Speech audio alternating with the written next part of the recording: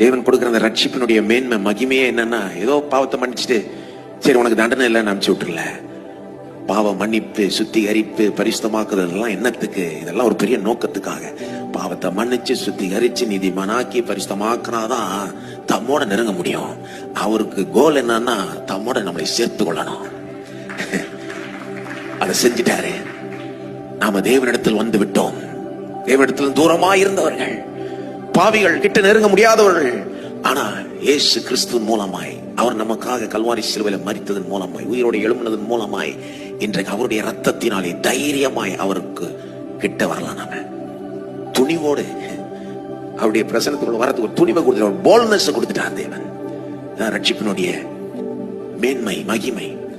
ஆகவே இந்த அளவுக்கு தேவன் நம் பட்சத்தில் இருப்பாரானால் நமக்கு எதிராக யாரும் நிற்கவே முடியாது. எந்த சூழ்நிலை இருக்கவே முடியாது.